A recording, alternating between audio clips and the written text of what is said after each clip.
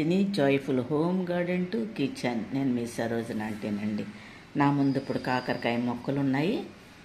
So 3 రకాల variety చేస్తాను. అదేంటో మీకు చేసి నేను చూపించి వీడియో పెడతానండి. అంతవరకు వెయిట్ చేయండి. ఫ్రైకి ఇప్పుడు మనం కాకరకాయ పౌడర్కి వేయించుకున్నాయో తీసి పక్కన పెట్టేశాను. ఇందులో ఇవి వేసేస్తున్నాను. సో దాంట్లో కొంచెం మినపప్పు, శనగపప్పు, కొంచెం మినప్పప్పు, కాస్త జీలకర్ర, కాస్త ఆవాలు, దీంట్లో కొంచెం మెంతులు కూడా వేస్తున్నాను. ఓకే, ఇది ఫ్రై చేస్తున్నాను. కాస్త కరివేపాకు. సో పోపులు వేగిపోయినాయి కదా, ముక్కలు వేస్తున్నాను.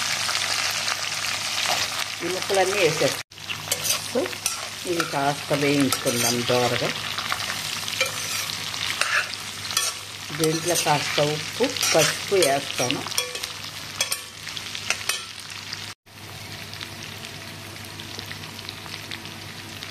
కాస్త పసుపు వేస్తున్నాను. అట్లాగే ఒక స్పూన్ ఉప్పు వేస్తున్నాను. లాస్ట్లో చూసుకున్నాం, స్పూన్ అని లాస్ట్లో చూసుకోవచ్చు. తక్కువైతే మళ్ళీ అప్పుడు ఉప్పు కలుపుకోవచ్చు. ఇది ఇట్లా వేయిద్దాం మంచిగా ఫ్రైగా. కూర కొరకండి, అదేమో డీప్ ఫ్రై. ఇది కూడా డీప్ ఫ్రై వస్తుంది. అది పౌడర్కి, ఇదేమో కూరకి. కాకరకాయ పొడి ఎట్లా వచ్చింది. దీంట్లో ఇంకేమేస్తానో చూడండి ఇప్పుడు. ఫ్రెండ్స్, కాకరకాయ వేపుడులోకి వెల్లిగడ్డ తీసుకున్నాను. ఇందులో కొంచెం కారం వేసి దంచి నేను అప్పుడు కూరలో వేస్తాను. ఇదిగోండి, దంచిన పొడి నేను ఇప్పుడు కూరలో వేస్తున్నాను. వెల్లిగడ్డ, కారం. ఆల్రెడీ ఉప్పు వేసేసాను కదా. ఇదిగోండి కారం వేసి ఇప్పుడు కాస్త కలుపుతున్నాను లాస్ట్లో.